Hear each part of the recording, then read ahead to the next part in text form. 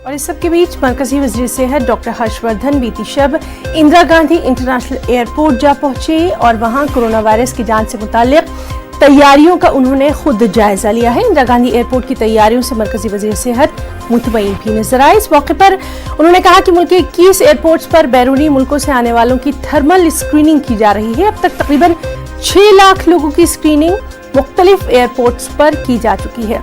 Doctor Harshvardhan ने कहा कि वो जल्द ही चेन्नई एयरपोर्ट का भी दौरा करेंगे।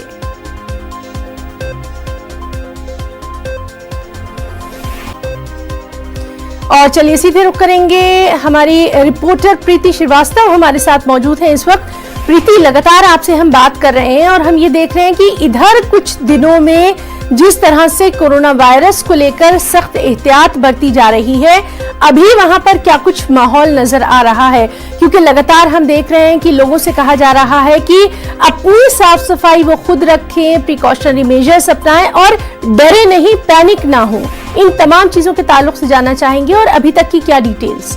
प्रीति। बिल्कुल, जिस तरीके से कोरोना वायरस के जो केसेस हैं जो बढ़ रहे हैं, कल तक जो केसेस का जो आंकड़ा था वो 30 हो गया था, तो उसको लेकर सरकार पूरी तरीके से मुस्तैद है कि ये जो तेजी से जो केसेस बढ़ रहे हैं उनको कैसे रोका जाए। उसको लेकर अस्पतालों में तो इंसुलेशन वार्ड और जो नए वार्ड हैं वो बनाए गए हैं और सारी सुविधाएं अस्पतालों में मिल रही है। सरकार ने हेल्पलाइन नंबर भी जारी किया है और इलाज भी लोगों को जिनमें इनके से लक्षण है उनको समय पे मिल सके, इसकी पूरी तरीके से सरकार तैयारी तो कर रही है। लेकिन उसके बावजूद सरकार ने लोगों से कहा है कि लोगों को अवेयर होने की सबसे ज्यादा जरूरत है। जब तक लोग अवेयर नहीं होंगे तब तक इस बीमारी पर रोक लग पाना थोड़ा मुश्किल होगा, क्योंकि सबसे ज्यादा जो इस बीमारी को रोक सकते हैं वो आपकी अवेयरनेस है।